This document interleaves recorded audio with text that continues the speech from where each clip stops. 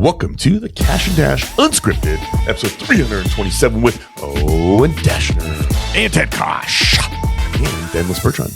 Woohoo! I was told that the late Aiden Bear was going to come visit us on this. Must not have been the case, huh? But I don't know. He was going to do his goodbyes. What? Yeah. He didn't show? No, he's not here. Yeah, No, well, it's not over yet. We'll let you take care of that. me? Okay, yeah. I guess I would message him and let him know. So what's he? He's probably angry at me because I haven't paid him yet. But hey, Well, you think he'd at least come to pick up his paycheck?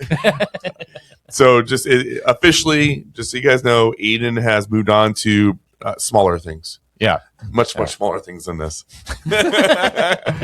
We wish him well. He's taking a full-time big boy job with something that he loves doing, which is, being involved in production on the, I believe it's in a TV studio, right? yeah, I think so. Yeah, Yeah. Mm-hmm.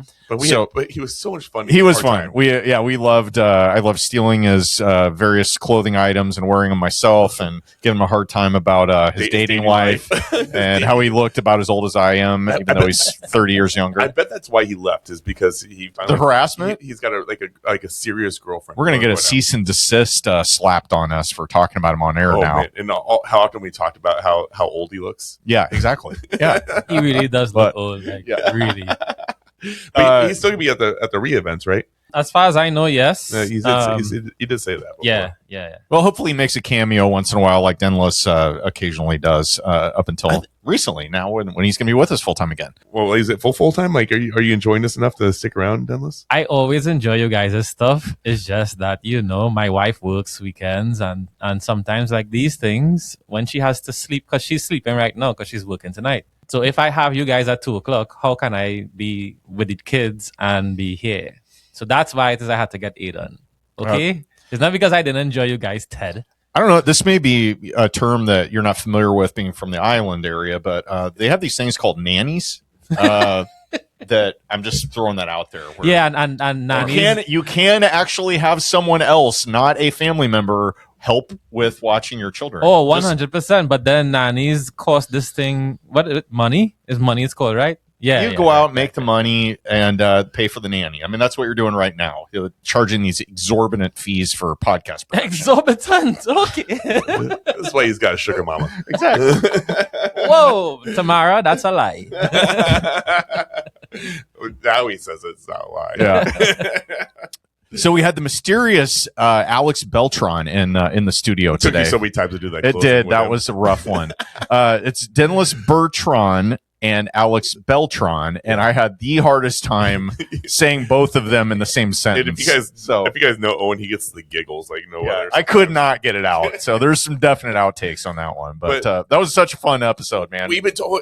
So here's an overview, though. Like when it comes to Alex, he's been helping us with the YouTube channel. We got introduced to him through Dennis, but coming to find out he was actually at the Rias for years. But he was at the guy in the back corner that had a hood down and like snuck out the end because he didn't ever want to talk. So I never even saw him at the Rias. Mm-hmm. But long story short, Dennis put him in front of us. Has been a great collaboration with us. He runs the YouTube channel now, and we're seeing great success with that. But slowly but surely, one thing would go, oh, I have a restaurant. Oh, I have another restaurant. Oh, I have midterms. Oh, I travel. I do this and that. I'm like, dude, what are you really doing? Like, we need you on the podcast now that we know you're a real estate investor, because that never came out before, and tell us the story. I was starting to think he was kind of like Leonardo DiCaprio played in the movie Catch Me If You Can with Tom Hanks. Did you ever see that? Maybe. I have got to give you a list of pop culture references. You're killing me, Smalls. Yeah. You know where that's from? We have that picture in the bathroom above the toilet. You're killing me, Smalls?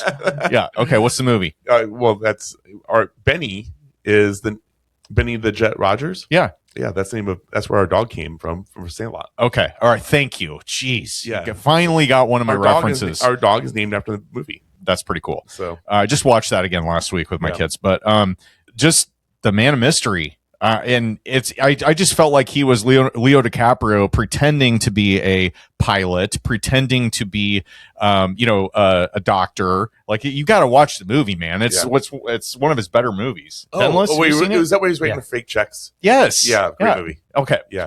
Oh, maybe it's just your memory that's the problem. Totally, that is the problem. Okay. What was the biggest wow moment for you in that podcast? Like, without giving it all away. If you could use a single word to describe one thing that maybe he said that you're like, oh my God. A single word? Yeah. I'm going to use 3. Couch surfing via Tinder. I was just going to say Tinder. Yeah, that's a good one. You have to tune into the episode to find out what we're talking about. But very entertaining episode. Found out more about the man of mystery, which is Alex Beltran. And I almost said Bertrand again. So hard. Hey, well, thanks for coming to lunch today, but my wife actually made it for her one time a year. That was, a pleasant surprise. And she got up and spoke. And she's like, I'm not speaking, just so you know. And well, she speaks for a living. Like a boss. I was she had the room roaring in laughter. I don't know, roaring. Making fun of me. That is true. We were definitely doing that. But that was fun. So we had the Rhea luncheon today. Dude, I have so much to catch up with you on. Like I've got, there's been a lot that's happened in the last week. We also have a mailbag. This is going to be kind of a mailbag episode. We've got a stockpile of emails. We are reading through our favorite ones. And we're going to shout out those today and read them on air and tell you what our reactions are going to be. Yeah, we got 2. So we have a couple, maybe 3. We'll see. We're not announcing if we have favorite beforehand, Ted. Oh, okay. So anyway, that's coming up. But so what I wanted to start with is, so we had the Rhea golf outing. So last week we usually record our podcast on Fridays, and we had a golf outing that day. Yeah, we did Wednesday. Which Denlis, by the way, I got to give you props, man. Denlis did some videography and did a lot of editing with putting it all together. I had no idea how that was going to look because there was drones involved, a lot of close-ups, videoing people while they're trying to swing. Am I on any of the videos? No. I don't remember seeing you. You don't remember seeing me? No, Denlis. Oh, No, okay. Yeah, I didn't hit like the entire course. Just the VIPs. Yeah, you didn't make it. My name was on the event. But anyway, when do I get to see this video? Ooh, it's not done yet. It's about 75% done. Okay. It's on Denlis Standard Time. Where will it be airing? 2 weeks. No, that's a lie. I'm gonna try to finish it tonight because Jared did ask me like when is he getting the video. So I'm gonna try to finish it tonight and I'll get it across to you because Owen wants a copy of it as well. So Yeah, it's good. It's really good. Can we see it? So anyway, we had the Rhea golf outing. But you're featured in it, aren't you? No, I'm in there as a a stand-in. I'm an extra, if you will. But and congratulations for winning the tournament. Oh yeah, thanks. I'm gonna get your trophy engraved next week. Oh yeah, I didn't even know who ended up with that. I thought one of our group had it. No, I'm gonna take it and get engraved. And right on. And so there'll be 4 plaques on it eventually. So you'll get it, and then we'll pass it on the following year. Cool. All right. Nice. So we had the Rhea golf outing. Dude, had a little bit of an eventful week on the like regular Owen's regular life side as opposed to real estate and in our show and all that stuff. So my oldest daughter had her wisdom teeth removed. Yeah, that's always fun. Oh yeah, she's having a rough go the last couple of days. Have you had that done? Yeah, years and years. I mean, obviously, when I was 17, I think I got mine now. Did you? I was like early 20s. Oh, really? Yeah. Okay. Dennis, have you had yours out? Nope. And I supposed to take it out because this one on the back here getting impacted. On the side. Yeah. So and I had perfect teeth, but they all smashed the bottom ones together like this. Yeah, hers were getting impacted, so they were growing in basically sideways. And she just went, she had braces for about 2 years and retainer and all that stuff. So we're like, oh boy, we better get that taken care of. Anyway, gets them out. She's mortified that we're gonna take video of her. Yes, yeah, right. Yeah. And so anyway, she gets out. They are the best videos that are on like America's funniest videos. Yeah, there are some great ones. But anyway, so Jen sits in the back seat. My wife sits in the back seat with Avery. I'm driving home, and from the oral surgeon or whatever, and she's pretty loopy when she gets out of there. And the funny part is they're like, so we put her under anesthesia, and then she was starting to get a little combative, and so we had to basically kind of bring the dose up. She had kind of an opposite reaction to what normally happens, which I guess is something. She's gonna be a drunk fighter. So she will. I don't think she will ever taste a drop of alcohol. Taste maybe, but she's that's not her. But anyway, but it's actually ketamine that they use as part of the anesthesia or whatever. I didn't either. Had no idea. And she's like, I thought, so we had this whole thing about what is ketamine and like how did it affect her, but she was driving home and she's like, why is that car on top of the other car? And she's looking out the window, just all completely looped. You know what I mean? And I go, she's like, I think I'm hallucinating. And I'm like, what are you seeing? And she's like, and her head's like sideways like this. She's like, the car's on top of the other car. I go, that's called double vision, honey. You're not hallucinating. Anyway, get home, and it's pretty hilarious because she had, she was pretty under, like she had a lot of pain medication. There's no obviously, way you didn't take video. Jen did it the whole way home. Okay, thank you. Yeah, the entire way home. Of course. And she's sitting there with the phone on her like this, and Avery kept going like, "Are you recording? You don't record me." And Jen's like, "No, my arm hurts. I have to hold my shoulder like this." And she's literally a 20-minute ride home. So we got all the footage or whatever. So anyway, that happened, and then yes, the first day she handled it fine. She was funny and had all kinds of funny quotes. And then yesterday and the day and today, pretty rough. Do you show her the video? She won't watch it. She's mortified of what she sounds and looks like. But anyway, so there's that. And then one cool thing that happened, and I'll get to you in a minute. Sorry, but I just had some rapid fire things. So my youngest daughter, she wrapped up her softball season. They've varsity team made it to sub-state semis or district or whatever they call it, and they got beat by a really tough team. So their season's over, but they had it was kind of an awards little gathering with the parents and the kids. And so my daughter just came out of 8th grade, and she got a varsity letter. So she started several games, pinch ran for a lot of them, and then played left field for several of them. So she varsity letter winner, and she's got 550 kids in her class. So pretty big deal. And now you get a vacation. Now we're gonna vacation here in a little bit, but so that was neat. I did have one thing that I think you are probably gonna laugh at me at. Do you want to hear it? Why was it laughing at you? Okay, so I have this. I've mentioned this before, but I have a Larry the Yard Nazi. He lives right next door to me. Old guy. He spends more hours a week working on his yard than I do working. I guess he doesn't listen to the podcast.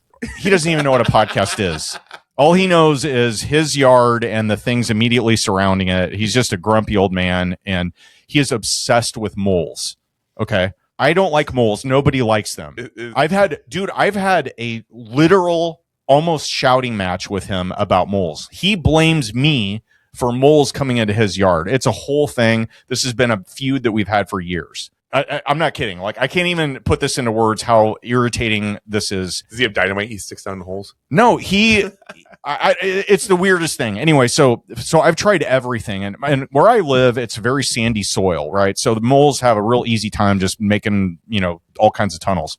I have a neighbor tell me that they found these traps, and I've tried traps. I've tried the bait. I've tried the repellent. I've tried everything, and they always end up showing up at some point. And they just wreck your yard. It kills all the grass. So I get these traps, and they're like picture like two big sets of like steel scissors, and you basically put them down, and then you set the trap, and then they spring open like that. So if anything comes and touches the like sensor thing, it'll snap shut on both sides, and basically squeeze them or cut them or whatever. So I do this, and literally within probably 45 minutes of me putting one of these in the ground, I've got one, and I have 4 of these traps, but one of them is not working right. Like the thing just keeps springing really easily.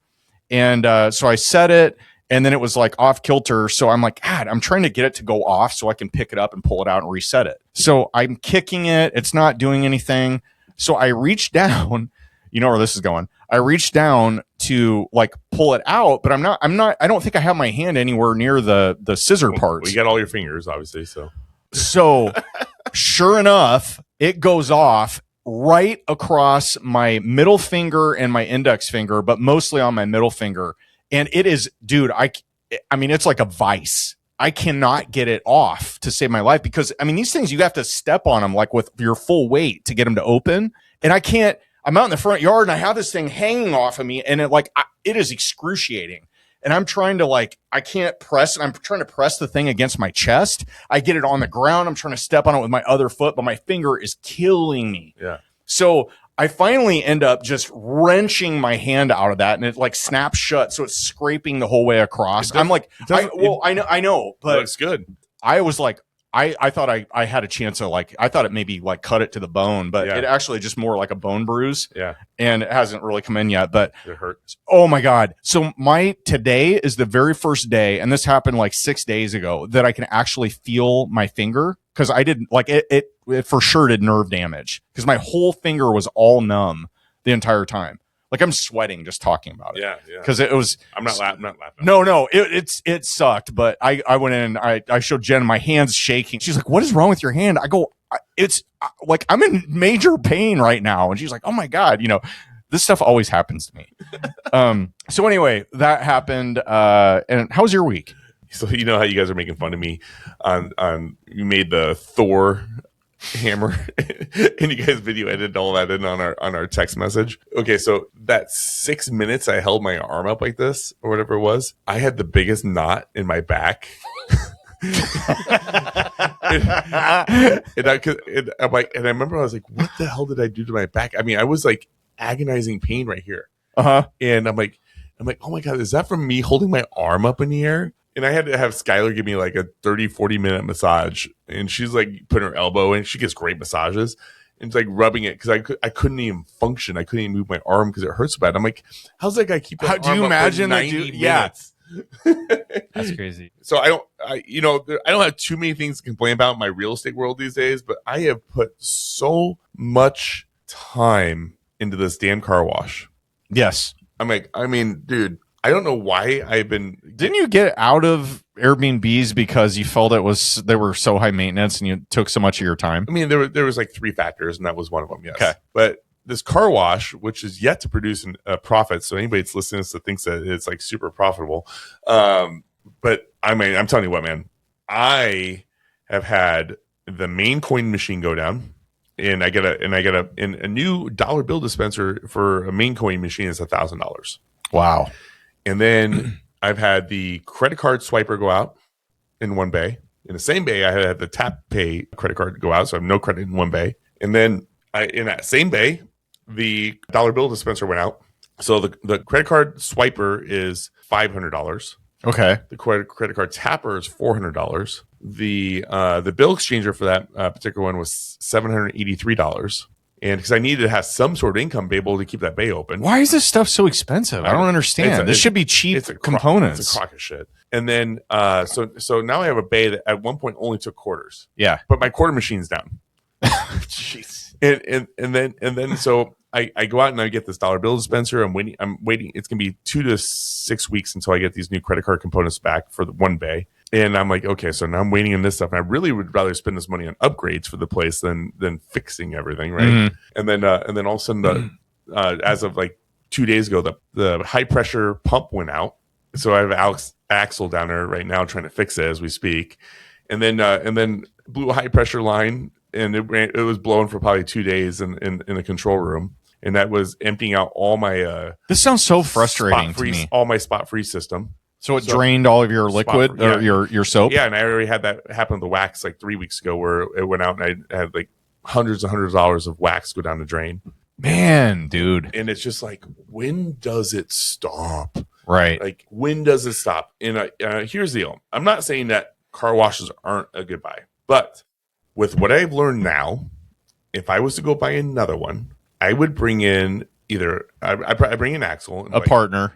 No, I mean maybe a partner, but I would bring somebody in and say, "Hey, I want to in the price in this. I want to have." I told Axel, "You need to offer a service where you actually go in and flip the components in here. So anything that's hose related looks old, any components that look old, any belts that look old, any equipment that needs to be replaced because it's over 10 years old. I want that in my budget." Mm-hmm. And let's just do a full renovation of the system, so that way I don't have to worry about everything going out. Right. Well, did all these things go out because of age? No, like these bill dispensers have all been replaced, and the credit card machines all been replaced in 1 year. Okay. So no warranty. We'll find out. All right. Yeah. Sorry. Yeah, I'm trying to. I'm breaking my own rule interrupting you with the story. No, that's a good question. I'm waiting to see if I can get warranty because it was all done through a previous owner. Yep. So maybe. Yeah. Okay. But regardless, I'm in a situation where it's just a nightmare. I had to bring in a coin specialist from Grand Island yesterday to look at my coin machine to figure out what it was. And I called all these car wash distributor repair people. I'm like, oh, we don't touch coin machines. So you know what? I used to run an arcade when I was in high school. So I called the arcade repair guy. And I'm like, I have a coin machine. It's at a car wash, but it's a separate coin machine. Oh yeah, I can fix that. Coin machine, you put $1 in, it gives you 4 quarters. $5 in, you get whatever. So. Yeah, 20 quarters. Yeah. And so he came in, he worked on it for like 2 hours, and he like was able to figure out what the specific issues. Like there's a infrared light or a UV light, I don't remember what he said, that's in the back of it that reads the dollar bills. Oh, sure. And that light bulb's going out. Oh. And he goes, so you have to replace the whole back. That mech is $1,000.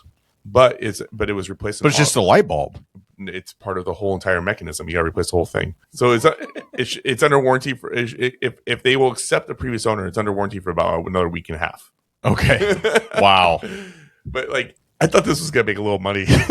Yeah, you're like cash cow. I'm like negative like 8,000 I think into this since December. It's interesting because when you were doing your short-term rentals, when you would buy your real estate stuff, you bought condemned houses and fixed everything, and you bought you bought a car wash and did not fix everything. Is that what I'm hearing? Well, I'm gonna tell you what, the gentleman I bought it from, like he maintained it really well, but it's all components that are be consistently used. It's not like a house where like you can paint it and and you just got to paint it every once a year. I mean, if something breaks, you're not making money. And also, the biggest issue I had was that the concrete was started failing on the floor. Right. And there's heating systems, so I used Rasher.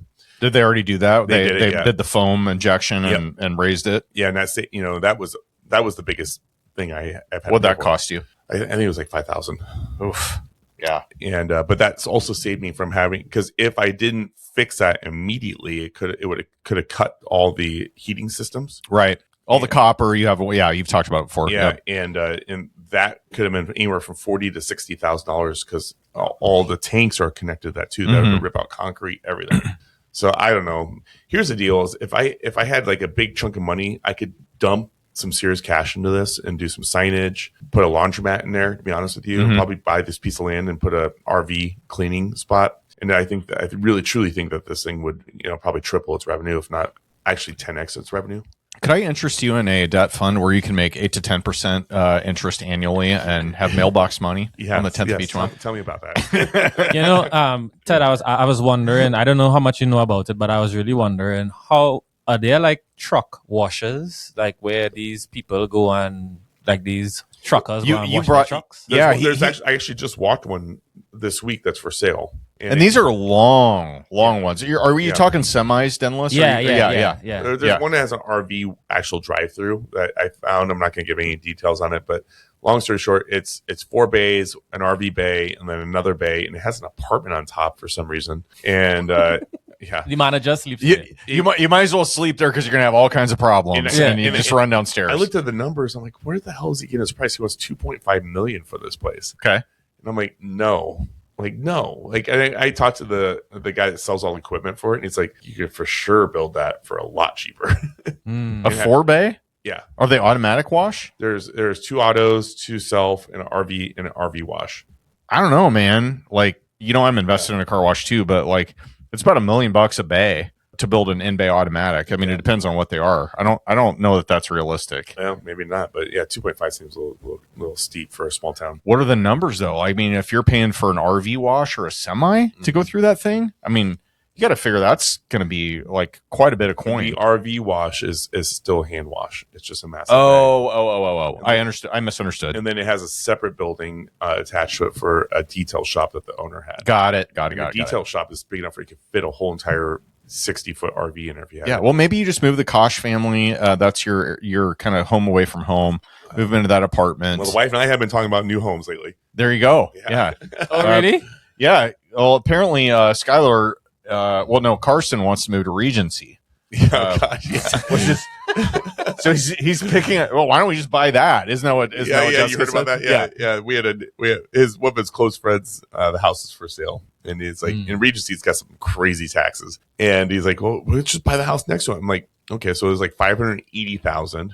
Okay. So, it's doable, but but it's also like it is all oak and it hasn't been touched since it's been bought. Oh, so you got like 150K just in remodel, probably. I mean, 200. Well, I don't know who you hire, but like I would like to redo all the bathrooms and baths. I mean, like, it is.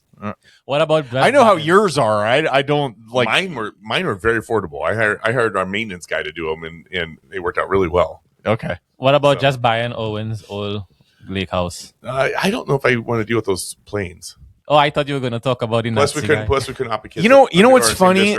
You know what's funny is, yeah, you could being out of state, opt into a. You don't think they're going to let Jessica's kids go to? No. Yeah, they would. We have to go through the same opt-in program that anybody else does. She could pull some. I got this, bud. I'll take care of it. Anyway, everybody says that. Like, it is the lowest thing on the thing of things that you worry about. Like, everybody says that because we live very close to the airport, but like, it's not even an issue at all. Yeah. To me, when people say that, I'm like, what are you talking about? Yeah. Like, you don't hear it. No. Interesting. Yeah. Okay. Yeah. I remember my parents, they lived right next to railroad tracks, and it was loud. Oh, yeah. I mean, it was terrible. Well, that's different. Different. Do you think, sorry, before you go on, do you think your house in Carter Lake would do good as an Airbnb? Is it loud? With Larry the yard Nazi and Mike the lawyer that doesn't know how to do anything with lawn maintenance living next to me, I don't know that would be something I want to sign up for. Yeah. Yes, would it do well? I think it would do well because there's a house almost carbon copy of ours, maybe slightly bigger footprint with one extra bedroom, and it was renting for $1,500 a night. Wow. During the summer season. Mm-hmm. What does it rent for during the winter? Who knows? But they crush during boating season. Probably 25% of that. Yeah, right. Yeah, so it's probably it's probably weekends or whatever. But I mean, you don't have to have many of those to pay your mortgage, right? Like you just you make all your money during the spring and summer, and then whatever. But to answer your question, I think it would crush. You'd have issues owning it with dealing with the neighbors that are pissed about people maybe partying or not supposed to be there. Larry the yard Nazi. But the other thing is, the city of Carter Lake actually banned Airbnbs altogether about 6 years ago. And in fact, there were only about 5 of them, but the neighbors complained so much that they passed city council, basically, amendment or whatever that said you can no longer operate these. So those people all sold them. And then it got overturned in the state Supreme Court that said the city had no right to do that or whatever, so they basically are now allowed again. That's why I'm so hesitant to even try anything like that, is because like you're just at the whim of a city council, and if you want to fight the fight and go through legislation and the courts and all that, like I'm like, no thanks. As a landlord, you ever thought about renting it? Are you kidding? Well, I mean, you hear of all these guys we've interviewed that have these really high-end houses. Neil Gallus, $1 million rental houses. I don't know if you ever thought about it. No. No. I have considered and thought about keeping it and having a lake house, you know what I mean? And our regular house, and just going, using it during the summertime and whatever. But I'm like, I don't feel like I'm fancy enough to do that. Like I would feel that it just goes against my instincts to do that. And because my wife and I are from small towns, and like, I don't know, it's weird, man. I will tell you, like, I get it. No, I get the logic in it, but you guys aren't flashy people. I mean, you don't. No, not at all. Yeah. Like, yeah. Like I have. What's the fanciest vehicle? The flashiest thing that Owen does is he buys drinks at the bar. I like people to have fun. I like to make people have fun, or like to allow people to have fun.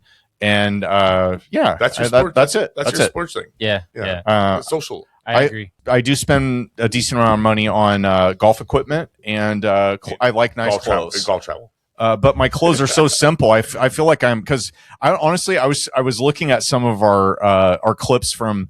I was looking at my Instagram reel, and I noticed that I basically wear a T-shirt of maybe 4 or 5 colors. And that's about 90% of what I wear. I'm kind of Steve Jobs almost, but I'm like a Temu Steve Jobs. My kids make fun of me all the time. They're like most of the time, Dad, you wear blue or gray. Yes, but you also have some black and you have white. So I actually have a golf trip that I go on every spring, and the 7 guys that go on this trip with me, played a prank on. I'm always the guy. Like anytime something. We talked about some of this. Yeah, where they're like, what is the one color that Owen never wears? And they're like, red. And because I look terrible in red, I don't look good in a lot of things, but red is not my color. It just washes me out, and my complexion's not right for it. And they all wore red on that day.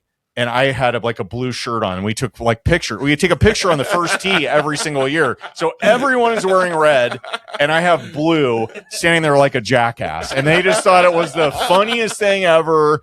And it's become a whole thing. Like every year. Oh, I have it. Yeah, I'll show it to you. That's hilarious. But okay. So the next Kash Dash shirts, they should be red. No, I'm out. I actually have a red shirt, so for sure. I did order the shirts, but I'm blue, white, gray, black, and that's about all I wear. Yeah, yeah. I ordered 30 Kash and Dash t-shirts. For us. Wow, extra small?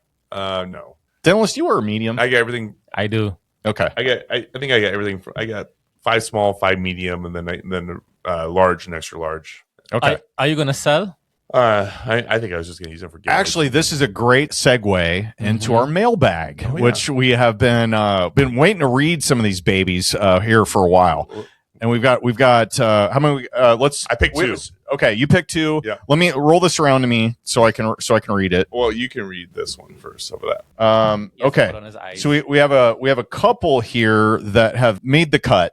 And in the future here, when we have some swag to give out, we're going to pick our favorite, and we may end up sending you a little bit of Kash and Dash merch as a bonus here. It has to be a good one, though. Yeah. Merch, yeah. So it's on air at kashanddash.com. All spelled out, no ampersand. And by the time this Denless. comes out, our new website should be out. That's right. So, okay, oh my God. Okay, here's the first question. This is from Heartfelt Heirlooms. Okay. All right. Heartfelt Heirlooms. Yeah. All right. It's Interesting. I don't know what that means. All right. Here it is. Hey, guys. Love your show. Couple of questions that I came across that were really entertaining and I wanted to ask. All right. Number 1 is, you are in a fighting ring right now. Okay. All right. We got a picture of this. Fighting ring. Like you and I are like duking it up. We'll see. Okay. You have to face an unlimited swarm of kindergartners. A group of 5 of them are released every 30 seconds. How many of them could you take out before you lose? Why would you ask us this? Tap. It's the most random thing ever. No, this is what I want. This is exactly the type of question that we need. Oh my God. Okay. Knockouts and tap outs apply. P.S. No child dies. No serious injuries are caused. They magically get healed afterwards. So it's like a video game, and they just kind of like poof after you hit them. I don't know if they poof. Well, okay, maybe. I mean, we can take some liberties with this, right? All right. So that's the first question. Well, what's the answer? Let's stick with that. So, how many do you think you can knock out? No, let's talk about this. Okay, so all right, the bell rings. 5 of them are released. You're in an octagon. That's what I'm picturing. Every 30 seconds. Right, but the initial 5 is what I'm talking about. What's your move? Well, here's the deal. If they're poofing and vanishing, that's one thing. But at one point, the whole entire ring is going to be full up with bodies. Right. Oh, okay. Let's say that. All right. Let's say they vanish. Yeah. All right. You get them to tap out, or you knock them out, or get them rendered unconscious somehow. Have you done a kickboxing class before? Yeah, I mean, I've done taekwondo, Krav Maga, kickboxing. Okay. I can handle my kindergartners. How long could you do a solid kick? I'm asking you. I know. I mean, that's where my mindset is. Is like, how long could I do? I mean, I'm probably a max of 60 minutes, and I'm going to be 60 minutes. Yeah, I'm defending my life. These little. Are you saying 60 seconds or 60 minutes? 60 minutes. You're dead. 60. Are you kidding me? And I'm only 60 minutes? In 60 seconds, there's only be 10 of them. Have you ever fought anyone? You're gassed after. Why do you think boxing rounds are 3 minutes long, dude? You're gassed. There's 5 kindergartners running me. That's a kick each. Oh, okay. No. So you're dead accurate with your kick. You're gonna nail them. You gotta imagine there's some bigger kindergartners. Like, what if one of them has taken taekwondo? You don't know. He's going to dodge your kick. You're old. They weigh 15 pounds. No, they don't. 20 pounds. My 15 pounds at 5 years old. When was the last time you... Dude, I weighed like 8... I weighed 9 pounds when I was born. My 7th grader weighs 79 pounds. I mean, okay. In my 3rd grader, she's 50. She's 50. Right. They're on the smaller side. Yeah, I can... 15 pounds. Okay, 15. I've seen you eat a 15-pound burrito before. Okay, Man, you put it on your shirt. Kindergartners are bigger than that. I mean, you could take these kids and throw them over the fence. No, you can't. It's an octagon, like you're caged in. There's no throwing them over. There's no weapons allowed. UFC, there's no lid on it, and I can just throw them over the fence and get them out. I don't see you throwing a 50-pound kindergartner They're over not a 50 fence. pounds. Okay, so your move is to grab one, pick them up, and then throw them physically over the thing. Kick. What do you think the other 4 are doing while you're picking one of them up? They're probably trying to attach to me and bite me. Okay, so you got 30 seconds to clear the room of 5 of them. You think you can do it? Yeah. And then what happens if you got 1 left, and then all of a sudden 5 more appear? I'm just saying. You're just going. I mean, you're fighting for your life, right? So I didn't think about throwing them over, but realistically, dude, that's like throwing a tire over an 8-foot wall. You know, how many times can you do that, dude? This is like CrossFit stuff. I did that for a living with tires. I used to work at Goodyear. I filled up whole entire semi trucks with tires. Okay. All right. Here's my move. You want to hear my move? Okay. I'm gonna announce my presence with authority. I'm grabbing the closest one, and I am using that kid like a battering ram, and I'm doing like Red Rover style, but I'm just plowing over all of the remaining 4. And then when I get them down, I'm just curb stomping them, well, like one each on the head, like, and they're poof out.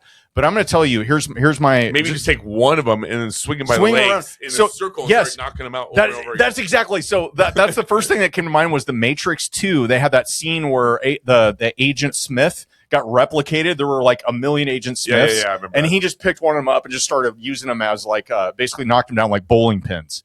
Yeah, that's the move, I think. Yes. But...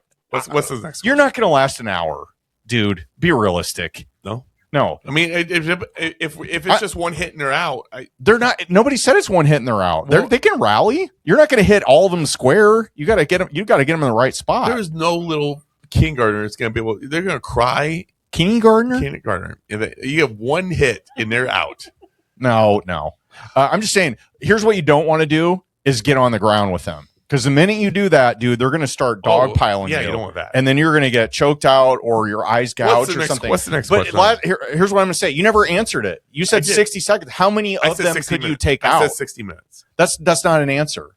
No, it came out every 30 seconds. That's 120 kids. Yeah, you could take out 120 kids? I think so. I'm going to say 25 before I get gassed and I'm like panting for breath and all of a sudden one gets a hold of me and then all their buddies start climbing on and then they put a chokehold on me. I'm just saying. I mean, the sum is more than the parts. Yeah, I mean, you are older though, so you're aware a little faster. Dude, there's no way you're taking. Are you 120 kindergartners? This is ridiculous. Okay, next question. The question is ridiculous. Okay. All right. How much time we got here? Just go. All right. This is question number 2 from Heartfelt Heirlooms. It sounds like what we're going to name a podcast. You're magically transported back in time and you're stuck for a while. What era is it and what are you experiencing and what are you going to do? I'm going to make this different. Okay. You go back in time. What era are you picking and what are you going to do with your time there? Let's assume it's an extended amount of time. So I'd probably go back about 2027 years. Okay. Yeah. Like about? Yeah. yeah. Because I go right before, I want to see this whole thing with Christ and I want to see that whole side. I want to see what's real and what's not real. And I want to know the story. Or I'm going to go you can go farther back to the pre-Egyptian times and see how the hell the pyramids are made. Wow, now I feel really shameful about what I'm about to say. You were gonna go back to like the 60s to do a whole bunch. No. Well, maybe, but no. That's actually really good. But wow, those two things like weigh heavy on me. I think about those 2 time periods, and the Egyptians. Yeah, that is like on my bucket list. I need to go to Egypt, and I need to see it. Okay, okay. I went a different way. All right. I'm going to go back and, think of all the life-changing inventions that have happened all the way throughout time. Okay. So we got cars. Imagine you go back and wheel. You're the guy that created fire for the first time. And then right after you invent fire, all of people are like, ooh. Do you think Fire was named after the guy who created And then you are all of a sudden able to cook meat. And you're like, hey, bro, how would you like to try beef for the first time? Because you died all of your relatives died when they tried it because it was raw. Like, here's some beef. And then you cook the beef and they're like, oh my, this guy is a genius. And then all of a sudden you bust out the wheel. And then you just invent a wheel, and like you're inventing all of these basic stuff that we do every day, right? And they think, and then you are a deity at that point. Just think of how bad it all. I mean, you could just go. You could be like the Da Vinci of any given era. You could invent anything you wanted, even if you're a total moron. Yeah, but the women are gonna have such bad teeth back then. Hey, you invent dentures. Yeah, well, I'm not gonna invent anything like that. No. I'm just saying. So I got an idea. I don't know how to do it. I'm finding it interesting that your mind went there to what the women look like. We're talking about inventing fire and the wheel, and then you went to women and their teeth. I think of how nasty and smelly people were back then. All right. Well, anyway, okay. And you're used to good smelling people, and you're going to be going to the area where people have no teeth, missing teeth, and can't talk. That's when you invent toothpaste and deodorant, and then do you know how to invent toothpaste? I mean, look, I will Google all the stuff or get Claude to tell me the ingredient list for how to make deodorant. Oh, I mean, it's travel, aluminum chloride. I didn't know that was in the. I didn't know that. Where do you get aluminum chloride? Ted, grow up. When there was not fire. Okay, we have Amazon. We could get this delivered in like 2 hours if we really wanted to. That isn't what we talking about. I would go back and invent Amazon in the caveman days. How about that? Yeah, you get fire delivered to your house.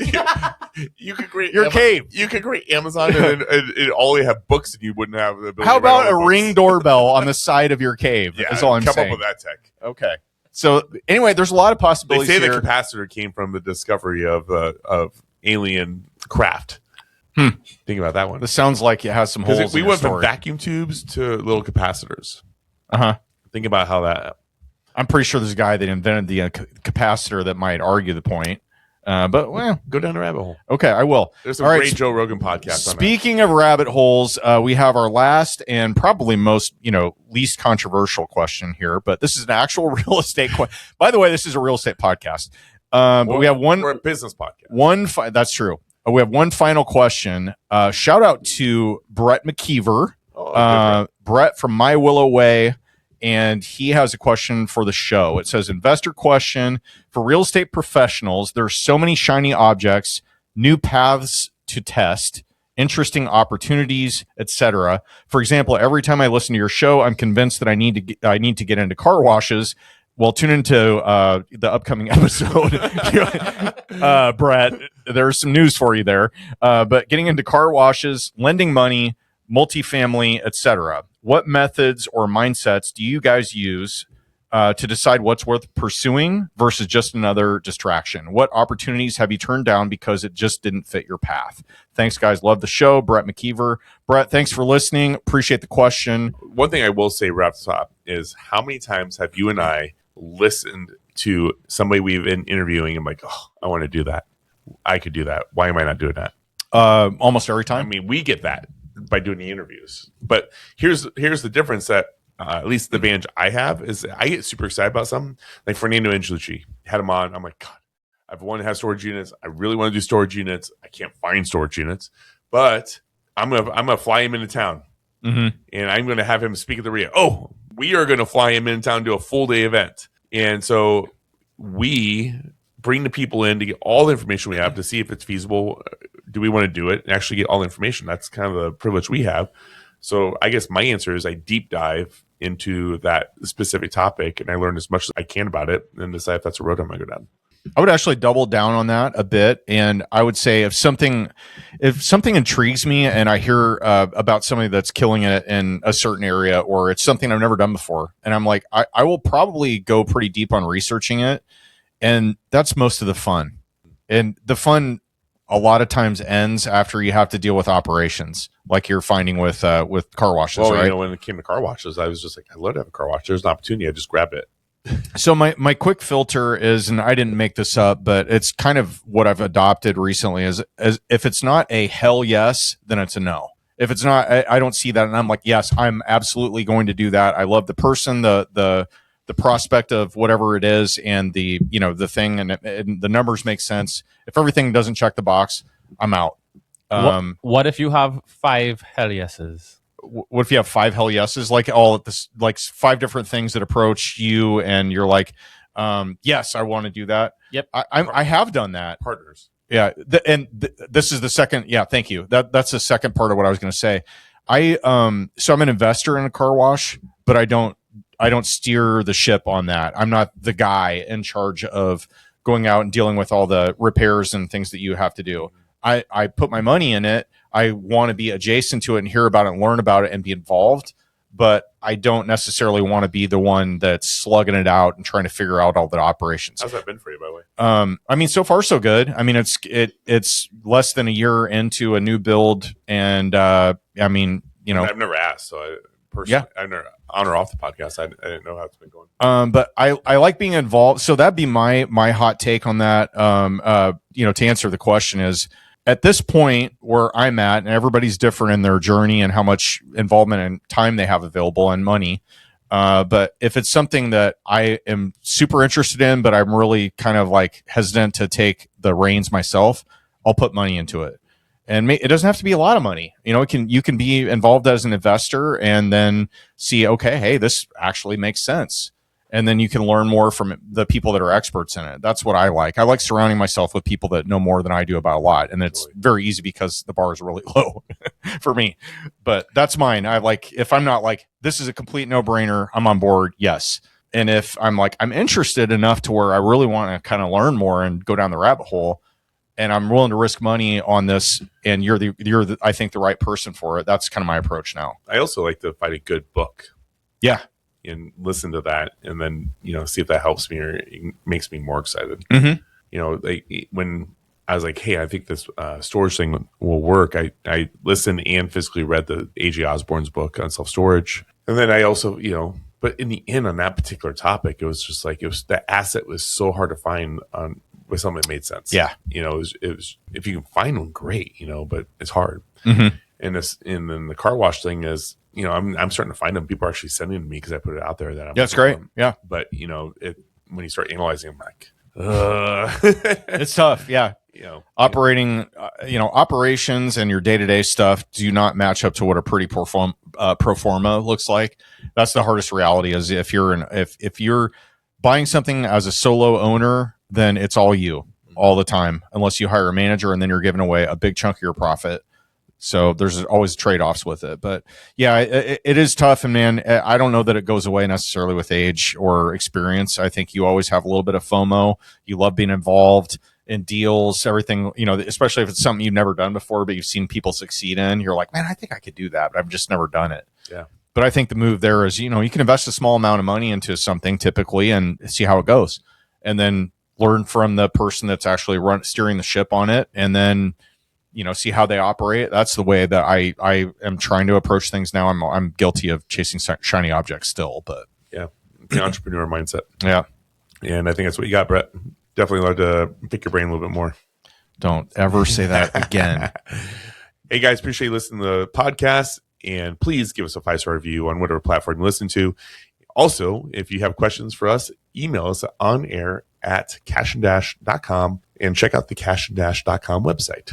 I'm going to put it out there. It should be done by now. Oh, you're putting that out there, huh? It should be done. Okay. Yes. They told me it'd be done by Tuesday or Wednesday. But appreciate you guys. And with that, Owen Dashner, we see us out.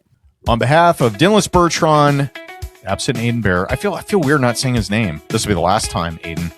And Ted Kaasch, I'm Owen Dashner, and we listen to the Kash Dash Show Unscripted. Sign.